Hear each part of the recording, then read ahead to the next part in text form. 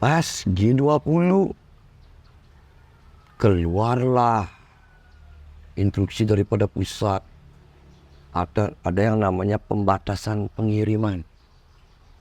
Ya, kebetulan ada penyakit, ternyata memakai port to port dia. Mulai kita berpikir, ini orang Bali harus ke depannya, harus mengikuti arahan. Karena yang tahu kan pemerintah masalah pencegahan penyakit. Bali ini bingung bawa babinya kemana nih, nggak bisa lewat gimana? Sedangkan kami tidak memanfaatkan, mohon maaf, program daripada Pak Jokowi dari Tol laut itu tidak dimanfaatkan di Bali. Sayang kan, baru kita sadari nih. tidak dimanfaatkan. Ini big question nih, tanya-tanya. Ya, harusnya kan belum. Dan tidak dimanfaatkan.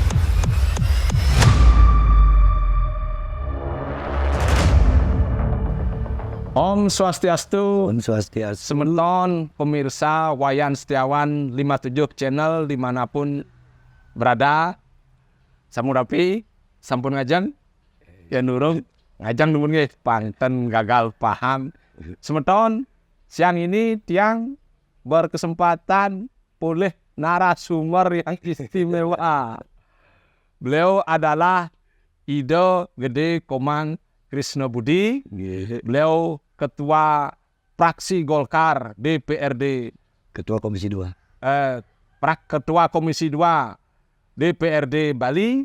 Sekaligus beliau juga adalah Ketua Partai Golkar Kabupaten Buleleng. Nah, pada saat ini kita berada di griau beliau di Buleleng, di Liliguni Buleleng. Nah, sebelum kita bincang-bincang dengan beliau, tiang persilahkan Ida untuk menyapa Semeton dimanapun Semeton berada. Terus, Om Swastiastu. Om Swastiastu. Semeton sami, Rembuleleng, Sejembang Bali. Ketemu sareng Titiang, kebetulan Titiang ini Gede Komang Krisna Budi, Ketua Komisi 2 DPRD Bali, dan juga sebagai Ketua DPD Golkar Buleleng. Salam sejahtera untuk masyarakat Bali umumnya. Terima kasih. Ton Semeton rahayu sareng rahayu. Karena niki formal Titiang minta izin manggil itu Pak Krisna Budi. Lebih familiar, lebih down to earth. Ya. Down to earth dengan tanpa mengurangi rasa hormat niki. Sama-sama niki. Puniki Pak Krisna Budi, yang ingin menanyakan soal. Nah, ini kan sekarang dinamika babi. Dinamika babi. Langsung dinamika babi. Sebelum Pak Krisna Budi menjelaskan kepada masyarakat. Ya, benar sekali. Nah, kan yang sedikit ceritakan pas di harga turun. Ya. Baik itu petani, peternaknya menjerit, teriak-teriak begini seolah-olah pemerintah tidak perhatian, bla bla bla bla, dan sebagainya. Pas sekarang harga meroket, Ribut lagi. Mungkin ribut, tapi kalem-kalem aja juga. Nah, harapannya kan harga itu tetap stabil. Ya, benar. Nah, sebagai seorang wakil rakyat, ya, benar. Sebagai seorang praktisi, tiang mewakili suara rakyat lah, anggaplah begitu, walaupun tiang sing DPR ini menyampaikan aspirasi ke wakilnya, kan gitu, dari rakyat kepada wakil rakyat. Ya. Nah, mohon sedikit pencerahan dari Pak Krisna Budi soal dinamika up and down-nya dunia perbabian di Bali. Ini lurus. Terima kasih banyak niki Pak Yan, kita diberikan kesempatan untuk menjelaskan biar masyarakat peternak juga paham, pemerintah juga memberikan, mengedukasi juga apa-apa permasalahan sebenarnya yang terjadi. Misalkan ada yang protes, ini kan biasa dinamika untuk mencari jalan keluar. Perlu kami ceritakan awal-awal yang namanya bagaimana babi itu sekarang jadi ikon daripada bahwa Bali punya ternak unggul, punya yang namanya budaya yang berkaitan dengan babi, kegiatan keagamaan. Nah, dalam perjalanan waktu 2019 ini awal nih, datang nih pengusaha-pengusaha babi yang terangkum dalam organisasi, ada PHMI. Nah, bagus ini. Saya senang, ya kan, bahwa ternyata ada organisasi bagus nih masalah perbabian. Tunggu audien, saya support beliau-beliau ini. Yang terdiri dari kelompoknya banyak nih. Ada yang itu yang punya ini apa namanya passion bagus itu. Ada namanya Bu Ria, ada namanya Pak Didin, ya kan. Itu terus ada mungkin ada yang dari Solo kalau tidak salah. Nah, beraudien saya terima dengan bagus. Saya suka ingin belajar babi itu seperti apa sih. Di sisi lain ternyata ada lagi organisasi Gupri. Itu namanya Pak Aris Wiasil. Ketemu dia dengan Pak Sugawukori. Nah, saya bersyukur nih ada organisasi-organisasi yang konsen di babi. Tapi namanya organisasi kan ada dinamika, ada persaingan. Gupi pengusahanya lebih banyak pengusaha-pengusaha lokal, di PHMI gabungan daripada pengusaha lokal dengan pengusaha yang dari Solo. Persaingan nih timbul lah. 2019 itu pas pada waktu itu COVID. Datanglah ASF. Karena kami ketua Komisi 2 yang membidangi peternakan, pada waktu itu banyak sekali yang namanya ternak kita mati. Data menyebutkan sampai 266.000. Sumatera jutaan mati, Jawa jutaan.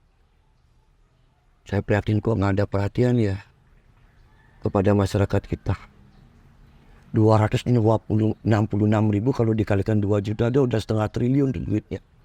Ongkos nguburnya aja tuh 300.000 loh per ekor. Ya, saya sebagai ketua komisi, saya harus tahu nih seluk-beluk daripada babi. Mulai, saya punya adik juga sangat konsen, seneng dia. Ajar. Nah, jalan waktu lancar ini.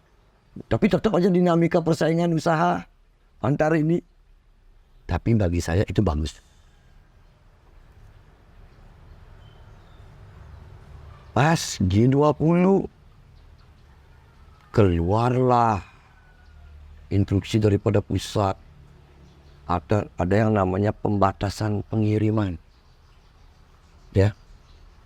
Kebetulan ada penyakit, ternyata memakai pot to pot dia. Mulai kita berpikir, ini orang Bali harus ke depannya, harus mengikuti arahan. Karena yang tahu kan pemerintah masalah pencegahan penyakit. Bagi semeton yang tidak tahu pot to pot itu dari pelabuhan ke pelabuhan. Ya, saya sendiri Komisi 2 ketemu sama Pak Pangdam yang ganteng itu loh. Pak Soni namanya nih. Ternyata beliau, Pak Soni ini konsen benar perhatian kepada kami.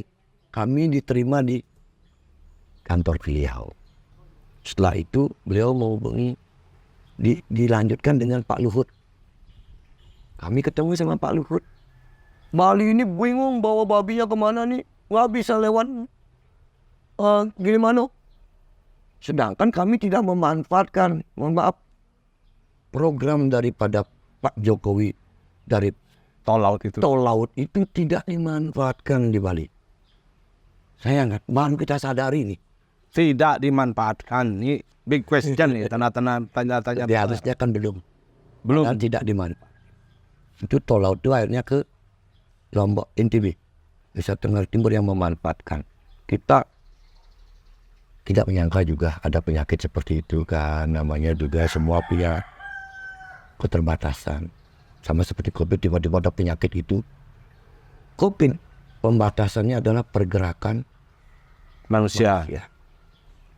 ASF adalah pergerakan lalu lintas hewan, babi terutama, sapi juga, dan juga ada PMK, Penyakit kuku. mulut dan kuku, bareng nih. Nah, saya salut nih sama pengirim ini. Dari awal duluan dia tahu memakai sarana laut. Wih, pinter-pinter nih. Akhirnya saya berpikir, saya harus berpikir panjang ke depan. Semuanya pasti akan sesuai aturan. Gitu. Sampai sekarang lancar di Cerukan bawah. bawah. Ada sebagian teman-teman itu memakai dua pola pengiriman dia. Lewat laut dulu, karena lewatnya kan ke Jawa dulu nih. Keliling-keliling dia. Dari Gilimanuk ke Ketapang, setelah itu pakai pelabuhan Kendal. Habis itu baru ke Kalimantan nih 3 hari juga nih. Lagi lewat darat ini ke Kalimantan Barat.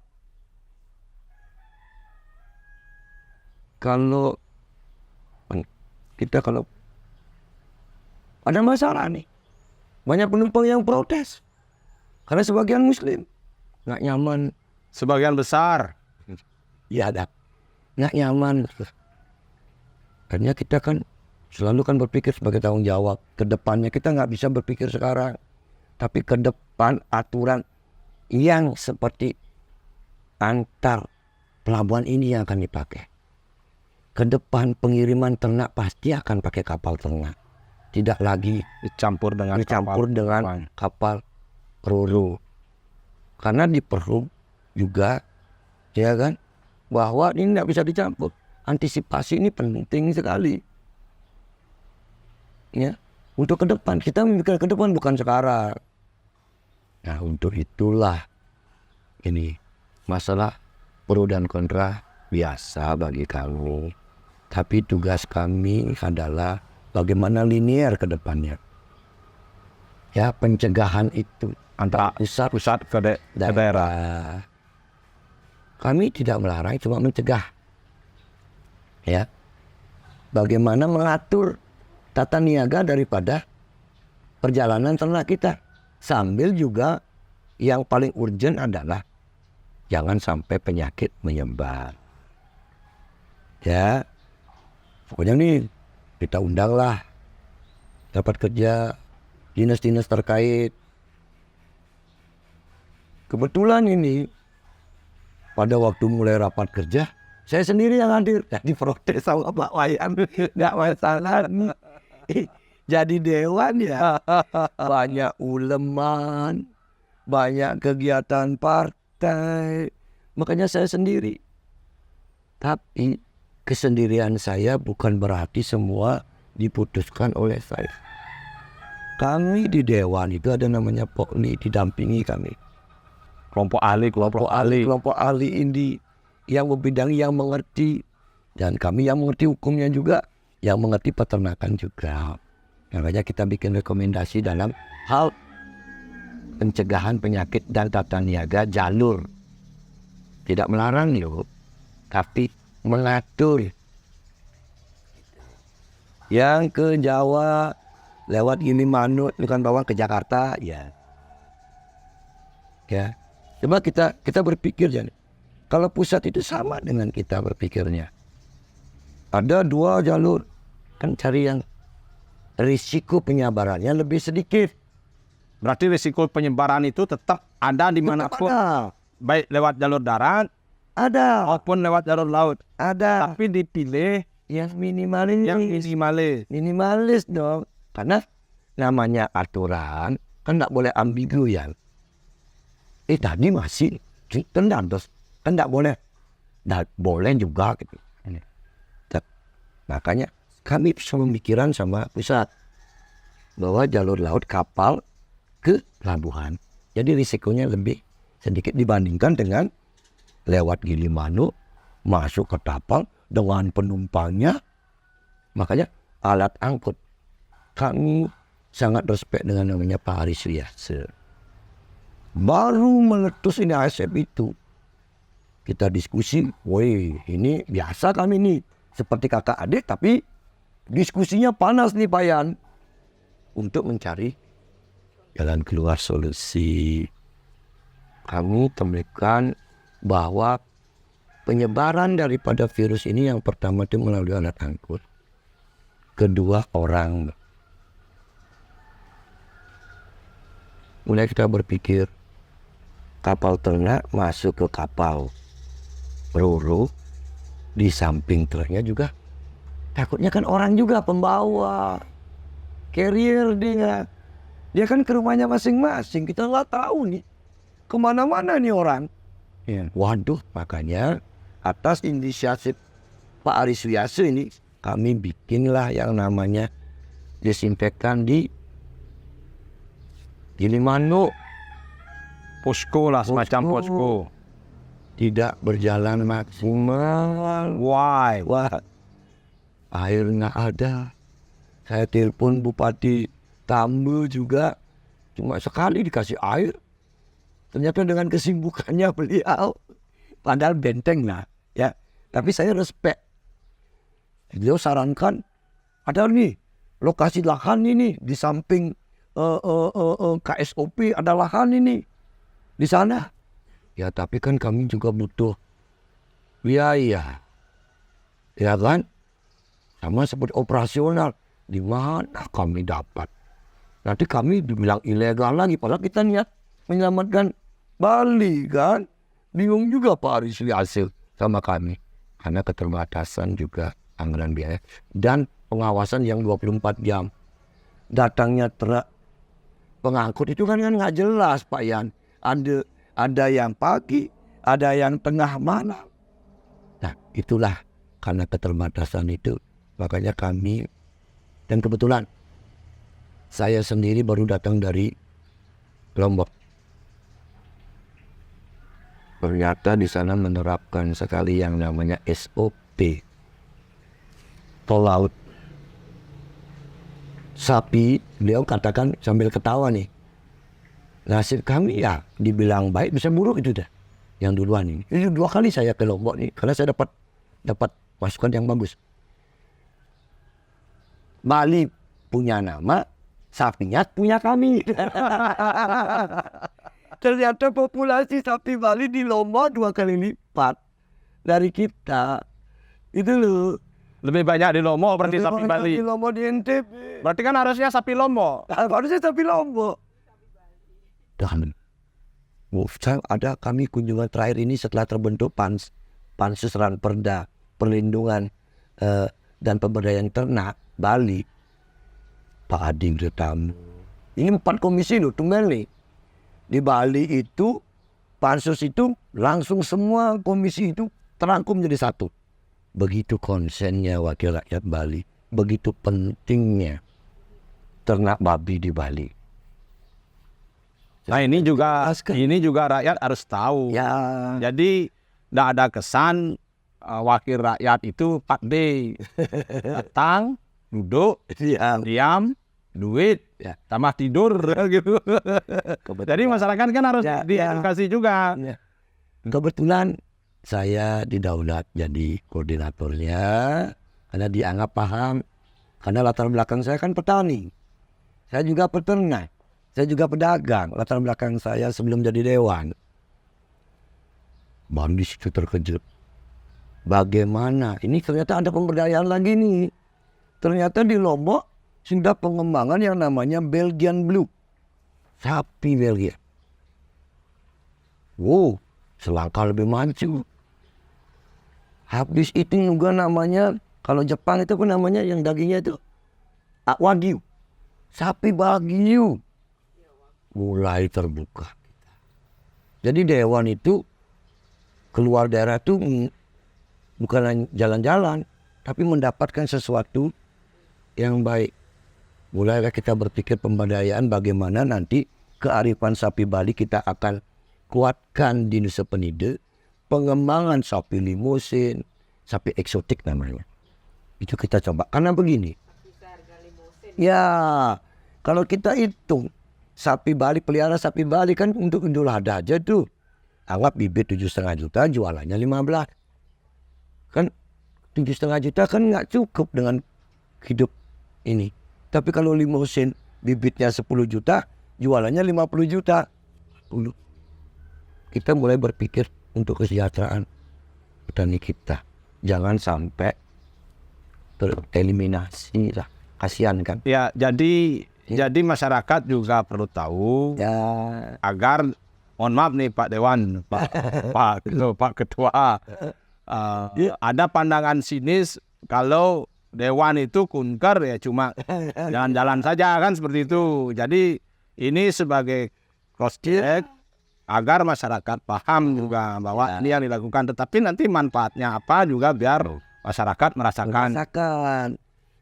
Maka bagaimana saya mendapatkan suatu pandangan dari kepala dinas sana. Pak Ketua, tolong jaga Bali, Pak. Sekarang Bali punya keunggulan yang namanya babi, Pak. Jangan sampai Bali itu kena penyakit, Pak. Jangan sampai seperti Kalimantan habis 3 jutaan mati. Sulawesi habis. Sumatera habis. Betul. Bali itu pinggir masih diayomi oleh Ide Betara. Dapat harga sekarang kan. Gembira kan. Tapi kegembiraan jangan lalai. Tiba-tiba kita enggak konsen di pencegahan, nanti masuk. Habis. Dan kalau semuanya habis, apa yang mau dijual? Nah, ini juga ada titipan dari salah satu dari pedagang babi guling, Pak. Ini kebetulan warung babi guling Pak Karpet. Nanti yang lewat Mamal ke timur nih bisa mampir warung babi guling. Saya juga mau singgah. Ya. Ini ada titipan aspirasi, Pak. Ya, benar. Ternyata di balik berkah sekarang ini, berkah bagi peternak tentunya ya. Juga musibah bagi dagang celeng sekarang, dagang babi guling ini, karena mereka juga sulit mendapatkan babi akibat babi banyak dikirim keluar. Nah, ini juga potensi masalah yang saya perlu sampaikan kepada Pak Krisna Budi selaku koordinator Ranperda peternakan ini dalam nyusun Ranperda nanti. Saya sependapat ya, Bali harus dilindungi. Iya, itu harga mati. Nah, cuma bagaimana sekarang harga itu bisa tetap bertahan untuk stabil untuk mensejahterakan peternak, juga untuk pedagang babi guling, dan menjaga-jaga kalau ada kasus emergensi seperti serangan penyakit dan sebagainya. Nah, apakah dalam Ranperda itu sudah diakomodir, dirangkum? Begini, ini kan semuanya tiba-tiba nih. Penyakit itu datangnya tiba-tiba. Harga pun sekarang ternyata perhatian semuanya nih. Mereka akan mulai menghargai. Lama sekali namanya peternak itu menangis. 1 tahun, Bang, lama, lebih daripada 1 tahun. Modalnya habis mereka peternak. Sekarang baru dia menikmati harga. Dia pedagang babi guling. Usaha dapat babi guling. Susahnya karena apa? Biasa dapat untung kan. Tapi kami akan tetap berusaha. Karena apa? Laju inflasi juga menjadi bagian perhatian kami. Makanya pengiriman indukan babi ini kan kami batasi. Tidak perlu yang sudah steril nih. Jangan sampai ada pengiriman indukan ini lambat laun nggak ada nih produksi. Ini saya mau ketemu sama KPS nih. Jangan sampai karena dapat isu kami. Ya. Ada pengiriman bakal indukan keluar. Nah, ini salah satunya. Nanti ke depan ini yang kami supply ini. Peningkatan pertumbuhan babi ini akan terkena pedagang babi guling. Semakin sedikit, oke lah yang keluar jangan indukan dulu nih. Supaya produksi tetap berjalan, Pak Yan. Ini loh yang menjadi perhatian kami sekarang ini. Ya, mudah-mudahan dukungan dengan podcast ini kan, ini yang terjadi. Jangan sampai kami juga masyarakat Bali kemahalan beli babi. Nah, pas galungan. Mas galungan dekat. kami punya rainan iki, ya kan? Ya. Ini kan biasanya kan harusnya kan di sini senang, di sana senang nih. Ya. Peternak sekarang Happy lah. selamat ini, happy. Tapi kalau yang punya, tapi kalau nggak yang punya, yang habis, makanya di sini pemerintah harus hadir. Kami juga punya keinginan ke depannya anggaran kepada peternak petani itu didahulukan. Ambil contoh, mohon maaf ini, desa adat. Kan ada orang-orang yang masuk desa adat. Kalau adatnya bagus, terus masyarakatnya ekonominya nggak bagus, kan nggak ada gunanya. Tapi di saat masyarakatnya ekonominya bagus, otomatis adatnya bagus. Filosofi kita ngaturang bakti, ngaturang ayah kan. Jangan dibolak-balik. Mohon kiranya anggaran ini kalau bisa, ini kayak bisa-bisa saya dikomplain ini, ya kan? Tapi nggak apa-apa. Ya, nggak apa-apa risiko. Nggak apa-apa risiko. Risiko itu bagian dari risiko. Ya, kan dari dulu sejarah mengatakan desa adat bisa mandiri. Ini udah berapa tahun nih? Bukan bermaksud untuk apa. Boleh nggak? Sekali aja deh. Jangan 300 juta. 250 deh. Yang 50 jutanya itu kan ada 1498 desa adat. Paling bisa 75 miliar kita kasih untuk nyari bibit babi yang bagus. Ya kan? Simennya yang di luar. Ingat, ini sapi akan mengikuti seperti babi loh. Kita kan punya babi Bali nih. Tapi diperkaya oleh yang namanya babi-babi eksotik yang bagus. Contoh, banyak peternak itu ada di mana? Gianyar, Badung, Gianyar, Badung, Tabanan, Bangli, Kelungkung. Bulelek. Kami DPR supaya jangan upload Pak Kresna Budi itu uang belelang coba berdek di cenengnya kan. Justru kami bekerja untuk Bali. Manfaat sekarang ini dari sentra-sentra peternakan itu ada di Celeng itu. Celeng itu ada. Ya, supaya jangan konflik interest. Jangan seperti dikatakan orang itu Pak Kresna Budi udah konflik interest. Enggak, kami bekerja. Sekarang bisa dirasakan. Coba pengurus babi, semuanya orang selatan Pak Yan. Gubi, semuanya orang selatan Pak Yan. Pedagang babi guling kebanyakan selatan. Mari kita nggak iri, tapi kita memacu Buleleng. Nyegar Kuning juga ikut, karena kami punya pelabuhan. Bentar, supaya sama-sama senang lah. Di sini senang, di sana senang. Senang lah, ya kan? Itu loh. Jadi apa yang dikatakan kami, kebetulan saya disebut oleh adik. Adik nggak ingin kakaknya jelek di mata. Harus tahu yang namanya babi itu dari mana. Saya belajar ya Diwan. Saya coba jangan dibohongi, nanti dibohongi sama pengusaha-pengusaha merasa teraniaya terus. Paling victim gitu. Victim. Nanti kan sedangkan saya nggak tahu kan, saya harus belajar.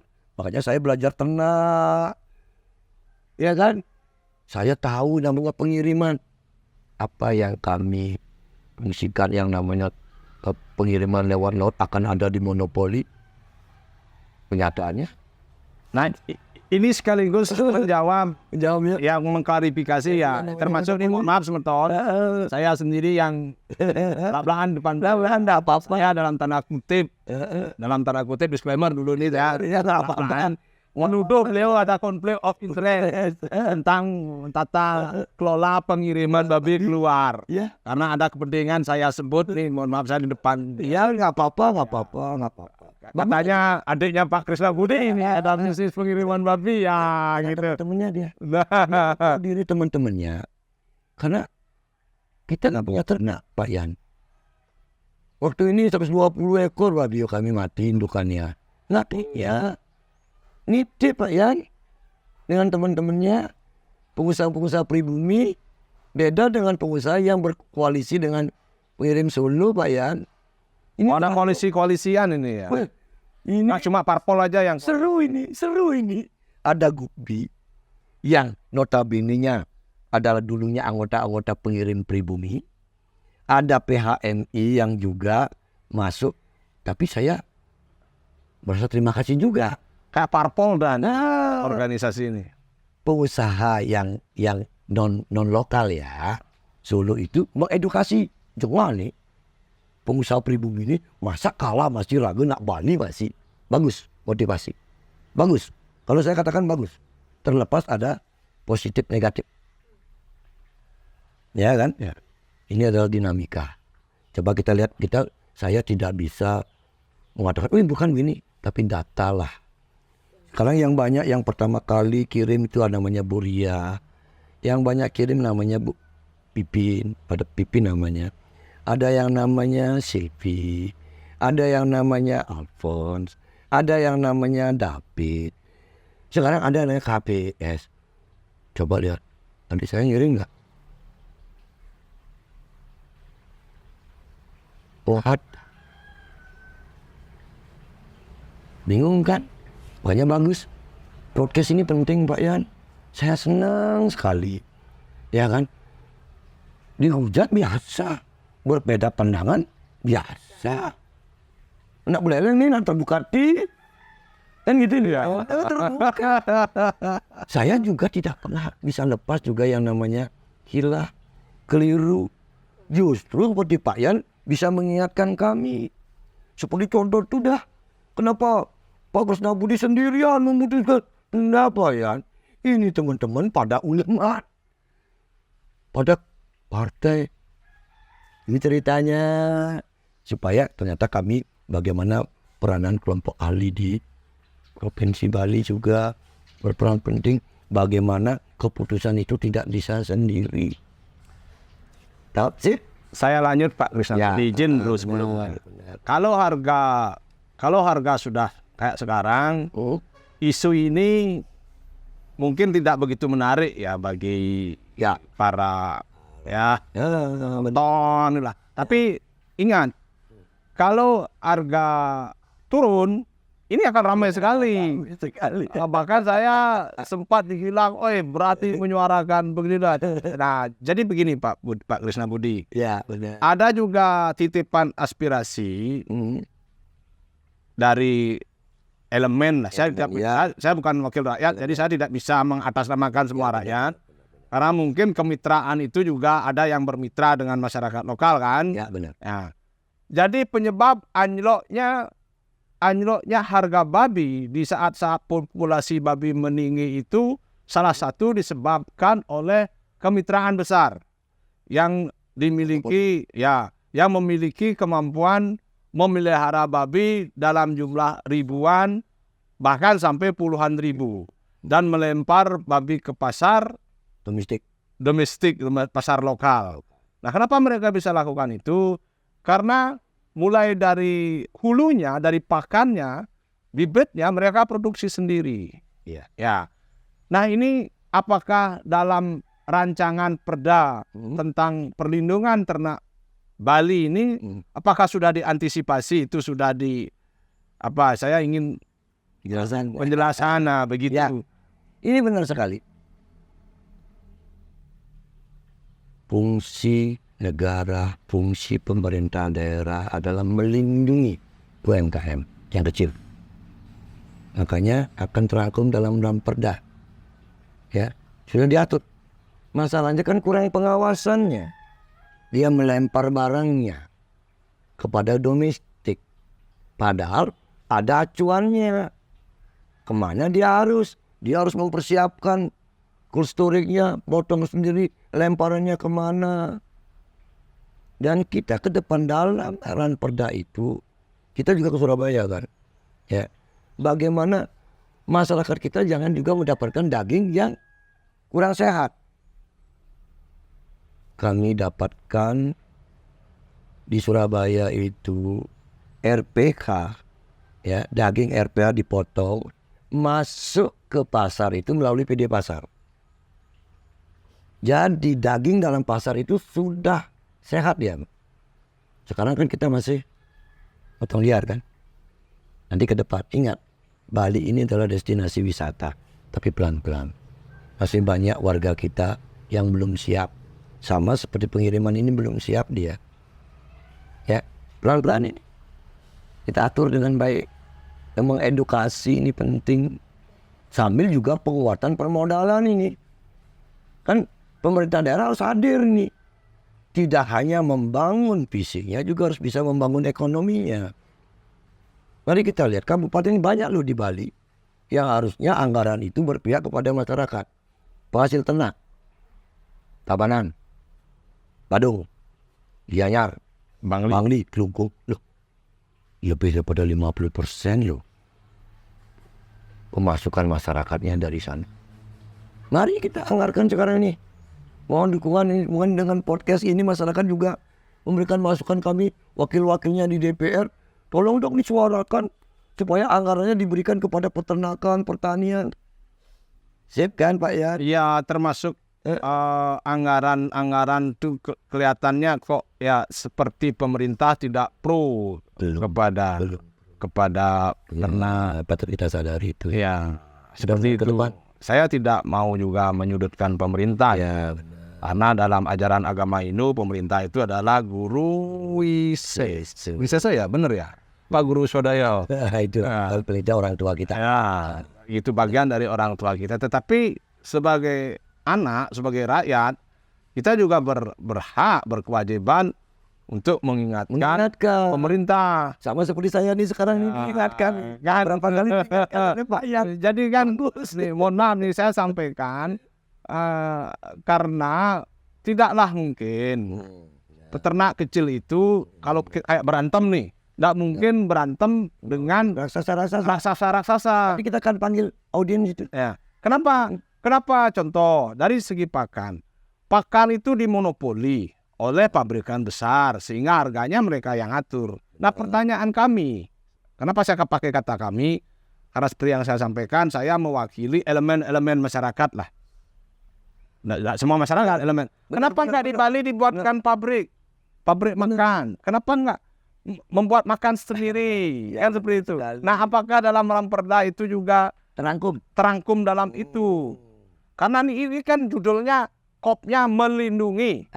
Nah, melindungi itu bagaimana melindungi? Apakah hanya melindungi begitu saja ataukah ada langkah-langkah ke depannya? Ya, ke depannya. Ini kan preventif ke depannya. Dalam Ramperda nanti ada yang namanya harga eceran. Dulunya kan enggak. Sekarang udah bisa mengacu dia. Jangan sampai tiba-tiba kita pertanyakan yang tidak mau produsen. Mulai yang namanya ada program penanaman jagung. Ya, mohon kiranya pemerintah menguatkan hal ini. Kita dorong ada BUMD yang mengatur ini. Negara punya BUMN. Mari kita, pemerintah daerah juga punya BUMD. Kan sudah, Perusda. Tapi bidangnya kan belum. Yang mengatur masalah pakan kan belum. Bidangnya apa? Ini yang belum. Bidangnya mungkin menyewakan tanah provinsi. Ingatkan. Kan ada Perusda yang cuma menyewakan tanah provinsi biar nggak usah kerja. Salah. Menyewakan pun di dalam namanya suatu pembangunan bayang, aset itu bisa ditumbuh kembangkan. Swasta lah sebagai penggeraknya. Jangan disewa, didiamkan. Kan banyak nih aset disewa tapi didiamkan. Harusnya pihak pemerintah sudah bisa melihat ini kok sewa bertahun-tahun di Renon banyak sekali itu disewa-sewa, tapi tidur ini. Saya jadi dewan nyari nyewa saja untuk saya kembangkan. Saya ngajak Pak Yan. Kedek Pak Yan di grup. Yang tertawa saya di grup. Saya ngajak dari sini macam di Denpasar. Ya, harusnya kan DPRD ada rumah Saya di, udah minta di des- saya di biro aset nih. Dibilang udah habis Pak Yan. Tapi kita lihat kenyataannya masih banyak nggak dimanfaatkan Pak Yan. Ya mudah-mudahan didengar juga nih. Kan dikira nanti saya anggota dewan enak-enak saja Pak Yan. kembali izin Pak Krisnabudi Budi, kembali lagi soal virus penyakitnya. Perbabian lagi saya kembali. Nah benar. Salah satu langkah untuk menanggulangi penyebaran virus, Ya. kan salah satunya adalah penertiban rumah potong hewan. Ya. Saya kalau tidak salah di Bali Di Sangaran cuma satu yang cuma satu yang berjalan. Dan pemotong-pemotong dalam tanda kutip, ya walaupun memang semeton kita ya, Ya. yang liar, Ya. itu banyak.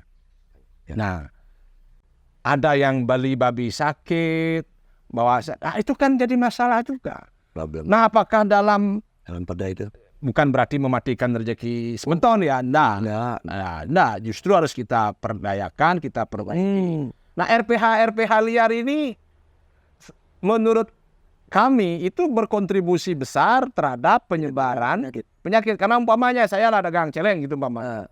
Masuk ke kandang si A, bawa ke sini, terus masuk kandang si B, bawa ke sini. Ya. Potong sana. Belangsungnya bagaimana? Nah, ini yang saya lihat belum ada penertiban dari RPH liar yang ada di Bali. Ya Nah, benar sekali. apakah terangkum itu dalam ran perda perlindungan? Terangkum. Itu adalah problem. Permasalahan utama adalah awal dulu. Kenapa ini tidak bisa bergerak dalam bidang pengawasan? Kami sudah mengusulkan, ini kami akan mengusulkan juga bahwa pemisahan ini antara dinas pertanian dan peternakan, karena ini menyangkut veteriner. Oh, jadi sekarang Kita jadikan satu hanya sekedar bidang peternakannya. Ini kan semuanya keputusan politis Pak Yan. Ya, kami pingin ini. Nah, dari sini, ini kan ruang geraknya yang dibatasi. Fungsi pengawasan loh. Nanti veteriner, makanya ke depannya kami usulkan, mudah-mudahan diterima. Karena ini permasalahan dipisah antara dinas pertanian dengan dinas peternakan. Ini menyangkut penyakit terlalu luas, ya, dan juga RPH. Ada namanya RPH. Ini kan sekarang di Sangaran saja. Ya. Di Buleleng juga nggak jalan. Tabanan nggak jalan. Badung juga punya nggak jalan. di Mamal nggak jalan saja. Di Temesi udah dihibahkan ke kabupaten nggak jalan. Ingat, tugas pemimpin di tiap daerah itu kan itu tugasnya menjalankan. Mohon kiranya dijalankan deh. Atau bermitra dengan pihak ketiga. Di Surabaya bermitra dengan pihak ketiga. Bukan dengan orang ketiga ya, Bukan orang ketiga. Pihak ketiga yang mampu memodali. Ini saya kan ke Surabaya nih. Pihak ketiga yang punya cold storage, motong, ada dokternya. Ini yang bawa ke pasar. Pasar di PD pasar bukan mungut Pak duit parkir kerdes. Di sana PD pasarnya jalur distribusi barang-barang yang masuk ke pasar Pak Yan. Makanya dari RPH daging itu masuk jalurnya itu lewat PD pasar. Makanya rakyat mendapatkan daging yang sudah diperiksa di RPH oleh dokter. Udah kepastian kesehatan. Nanti kita menuju gitu. Belajar. Kita pelan-pelan kayak di Badung itu daerah mana namanya? Di desa kalau bisa kan ada LPH yang diawasi. Kalau desa kan bisa menjadi masukan kan? Bikin bumdes. Iya, bumdes. Ada repot yang diawasi dokter hewan juga ada.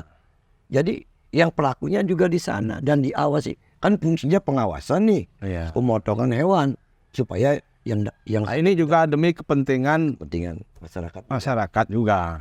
Nah, itulah pola-pola kita. Kita kan yang mau Bali nih, bagaimana memanusiakan juga. Jangan sampai memotong lahan hidup orang kan. Kalau bisa fungsi bumdes juga. Saya dapat ke Bandung nih, daerah apa namanya, desa apa namanya? Darmo Sabo. Ya, sebenarnya Darmo Sabo ada ini apa namanya? Di sana penjualan babi melalui bumdes loh. Bagus sih sana tuh. Jadinya satu pintu dia. Tergantung pimpinan desa tersebut. Ini kan Goodwill-nya. makanya podcast ini adalah sangat bagus Pak Yan. Saya terima kasih banyak didatangi oleh Pak Yan menjadikan informasi bagaimana kita Komisi 2 adalah bukan menghalangi pengiriman jalur darat. Pilihan kami sepertinya dan kita jangkauan ke depannya bahwa pengiriman melalui laut relatif lebih aman daripada jalur darat. Kalau ke Jakarta biasa nih lewat Gilimanuk. Jangan sampai ini jalan-jalan ini ke daerah-daerah ya Jalur merah lah. jalur merah. Tapi kalau kapal di tengah laut pencak-pencit nih ditekan, kira-kira kan Meminimalisir.